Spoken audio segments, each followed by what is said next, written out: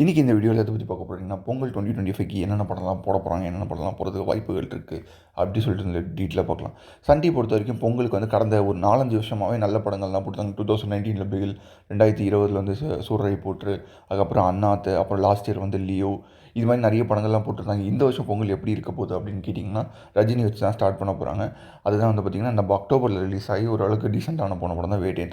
அந்த படத்தை வந்து பொங்கல் அன்றைக்கி ப்ரிமியர் பண்ணலான்ற மாதிரி பிளான் பண்ணியிருக்காங்க. மோஸ்ட் ப்ராபபிலி ஜனவரி 14 அன்றைக்கி ஈவினிங் 6:30 வந்து பொங்கல் அன்றைக்கி வந்து வேட்டையன் படத்தை வந்து ப்ரிவியூ பண்ணுவாங்க.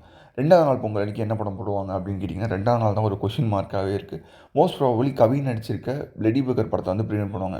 ஆனால் அந்த படத்தை 6 o'clock போடுவாங்களான்னு கேட்டிங்கன்னா கிடையாது. அந்த படத்தை போட்டாங்கன்னா ஒருவேளை 50-50 சான்ஸ் இருக்குதுன்னு பார்த்தீங்கன்னா மோஸ்ட் ப்ராபபிலி காலங்கத்தால் 11 o'clock வந்து செகண்ட் டே பொங்கல் அன்றைக்கி ப்ரிவியூ பண்ணுறதுக்கு ஓரளவுக்கு வாய்ப்புகள் இருக்குது. ப்ரோ அப்போ வந்து ஈவினிங் 6 o'clock என்ன படம் போடுவாங்க அப்படின்னு கேட்டிங்கன்னா இப்போ விஜய் நடிச்சிருக்க லியோ படத்தை வந்து ப்ரிவியூ பண்ணுறதுக்கு அதிகவே வாய்ப்புகள் இருக்குது.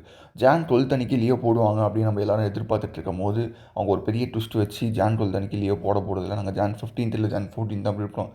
இதுக்கு என்ன காரணம் ப்ரோ அப்படின்னு கேட்டிங்கன்னா சன் டிவிகிட்ட பெரிய படங்கள் எதுவுமே இல்லை. அதனால் ஒரு நாள் வேட்டையன் போட்டு 2வது நாள் சும்மா இருப்பாங்களான்னு கேட்டிங்கன்னா எதுவுமே கிடையாது. ஏன்னா நார்மல் டேஸ்லேயே வந்து சன் டிவி வந்து சீரியல் போட்டு தான் சாவடிக்கிறாங்க. அதனால் அவங்க ஒரு 2 நாள் தான் ஒரு முதல் நாள் பொங்கல், 2வது நாள் பொங்கலுக்கு தான் வந்து படங்கள் வந்து ப்ரிவியூ பண்ணுவாங்க. அதனால் வந்து 2வது நாள் வந்து லியோ போடுவாங்க.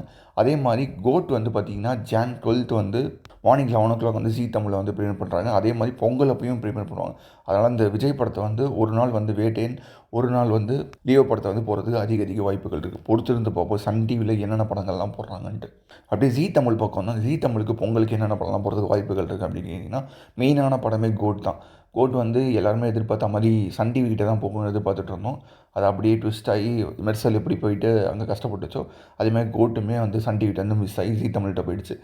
கோட் வந்து பார்த்திங்கன்னா ஜான் 12 அன்றைக்கி காலங்கத்தால் 11 o'clock வந்து ப்ரீமியர் பண்ணுறான்ற மாதிரி அஃபிஷியலாகவே சொல்லியிருக்காங்க. இதுக்கு முன்னாடி ஜான் 12 அன்றைக்கி ஈவினிங் 6:30 தான் போடுறன்ற மாதிரி ஃபஸ்ட்டு டைமிங் போட்டிருந்தாங்க. அப்புறம் எதுக்கு திடீர்னு ஒரு ட்விஸ்ட்டு கொடுத்தாங்கன்றது தெரியல.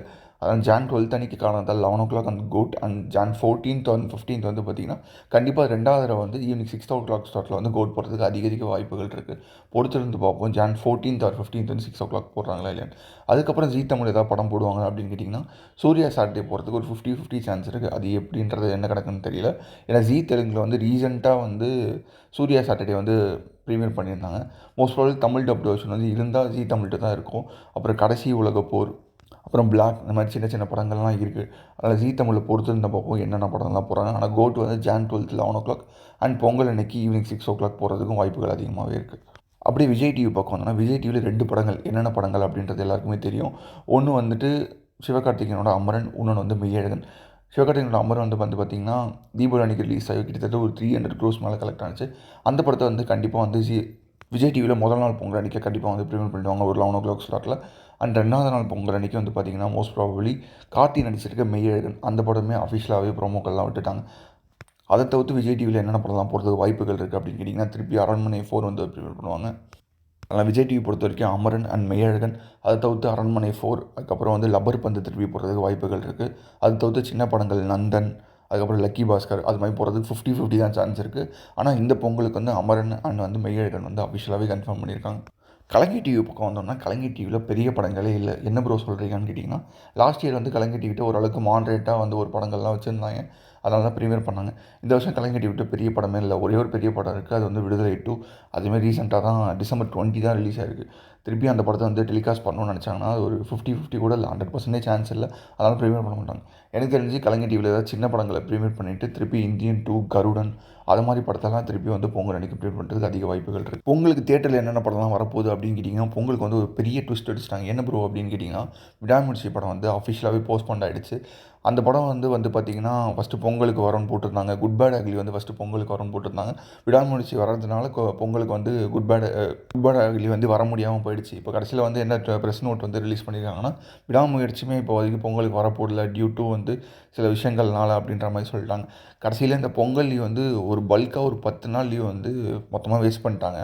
அதனால் இந்த பொங்கலுக்கு 2 படம் தான். ஒன்று வந்து கேம் சேஞ்சர், இன்னொன்று வந்து வணங்கான். ஏதாவது சின்ன படங்களில் வந்து போஸ்ட் ப்ரொடக்ஷன் முடிஞ்சிருந்ததுன்னா அந்த படங்கள் வந்து பொங்கலுக்கு வரும்.